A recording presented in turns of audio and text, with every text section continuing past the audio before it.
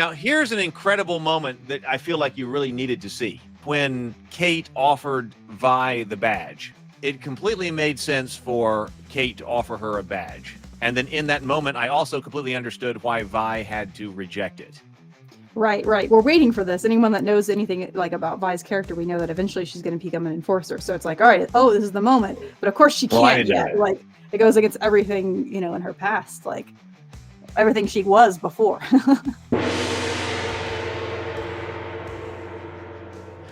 Right. Well, no, I don't know anything about her character, but that seemed to make sense. Here, come on, you be an enforcer, because because from Vi's character perspective, what am I supposed to do? Am I supposed to go I'm going to go on this attack myself when these people are also going on the attack with me? Right. We might as well be on the same side.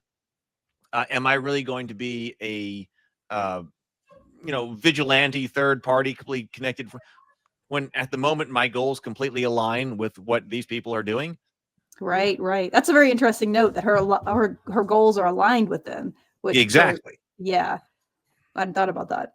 Yeah. So that's why it makes sense for Cait to offer, and it makes complete sense for her to accept, except for there is emotional baggage. And so it also makes complete sense for her to go, no, I can't do that. But then it's like, well, so what are you going to do? You're just going to go off on your own?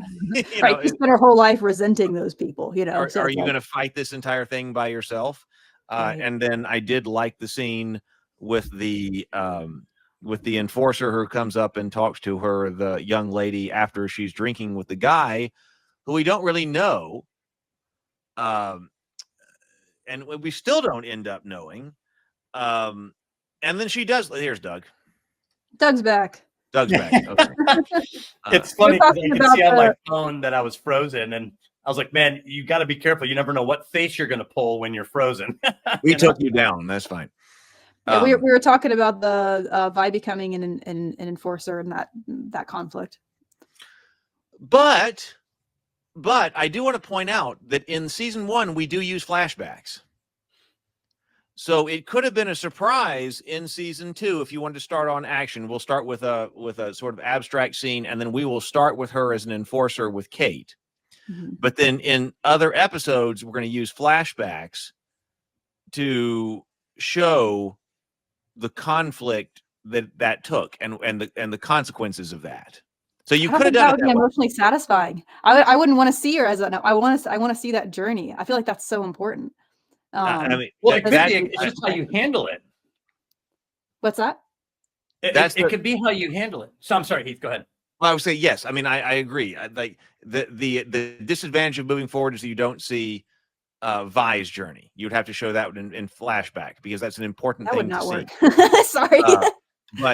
So it might not work. I mean, that could be the core issue that we're going to have to go through this, because even though season 1 uses, I think, flashbacks to great effect, mm-hmm. that, hey, this is a part of the story that cannot be told in flashback. We're going to need to see this in real time.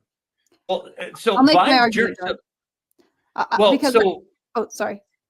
No, go ahead. I was wondering what you were going to say. Oh, okay. I think this series, this story, it's like fundamentally about change, and like so much of what we're exploring is these characters changing.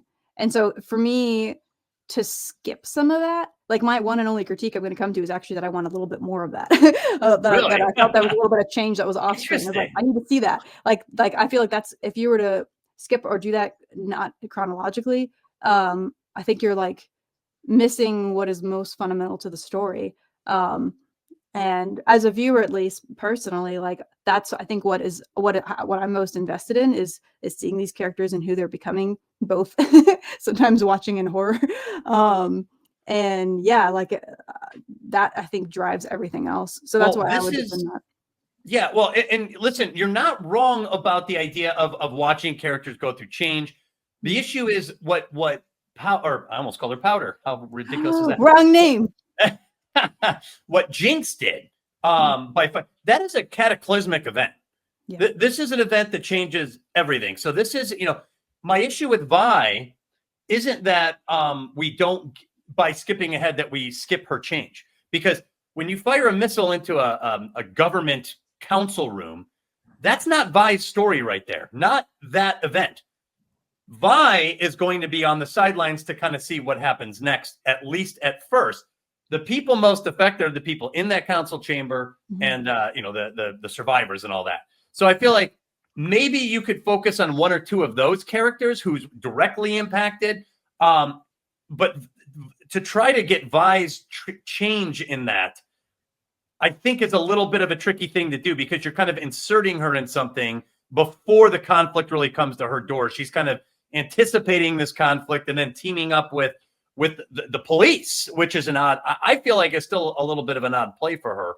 But, I don't know. I don't feel like we would have missed anything with Vi. I think they added Vi into that situation a little early for the event that took place. I feel like the ball's in the court up top in Piltover. That's like a September 11th type of moment. That's a big deal. So, the people who did that, they could be bracing for, here comes America, but that's not where the real story is at that point. I think you've moved the story up top to see how these people react. I think you could have shown the explosion, maybe show a bunch of people's reaction to the event and the awareness that everything's going to change, and then maybe go to like a funeral or someone's lying in state and someone gives the speech right then and there that this, we will not forget, what happened, that we are now marshaled.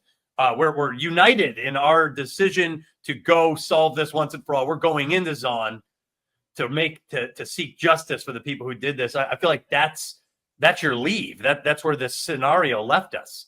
What's the difference between what you're describing and what's in the first episode? You've seen it twice, so it's more fresh in your head. Because I think they tried to go with everybody in the immediate aftermath.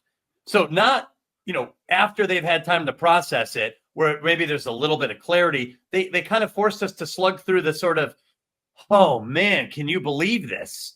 Look at all the wreckage. The ceiling is damaged, and look, there's a person lying dead over there. I mean, to me, that might work in the middle of a story where the events are like set up, and then you get this payoff, and now you're seeing this sort of shocking imagery. But they're leading off with this, so the emotionalism of that kind of a slow pace, I feel like, is weakened a little bit. We're coming in cold here, and it's like, I didn't feel the overwhelming power of the missile strike by slowing it down that much. Would you say that, like, if this event happened in the middle of a season, that the pacing wouldn't bother you, but it's because it's the opening to a new season that it's bothering you? Is that accurate? I think that's very possible, because it's interesting. Because I also think it's very possible. Yeah, because if you have a cataclysmic event like that, and it's the middle, and the story is not done, dude, now we are also thrown off guard. We're the ones thrown off guard, and now we're kind of disoriented, right? Like the characters are disoriented. You remember all the imagery after September 11th, people wandering in the haze, and car alarms going off, and visibility of 6 feet. And, there's this disorientation of a cataclysmic event. Disorientation is good to disrupt the story. I don't think it's good to start a story. Yeah, I agree. Like, it really made me think about the critique that you and I had, Brianna, of the Cultist season 3, when you and I read it, and you and I had the conclusion that, man, the first, like, we wrote like 10 or 12 pages or something like that in, like, it was 80 pages of a script. And we were like, you know what? We wrote all of this that is the response to the end of this season 2. And we probably don't even need that. I was thinking about that very, very much, that we were like, okay, wait a minute. We could actually skip past this because of the consequences, stuff like that, and get deeper into the story faster. That's what I was thinking of when I was analyzing this. The Titterpig, we had a $20 super chat. So the Titterpig Rancher Stable, $20 says, and this is on the same topic here, so this is relevant. The character motivations and the lines of consequences were so established by the end of season 1 that seeing the immediate aftermath of what Jinx does is totally unnecessary. We should have started with a new time skip. See, I agree with that. I feel like what we needed is to reset the board and prep viewers and characters for the conflict to come, instead of dealing with an epilogue to season 1.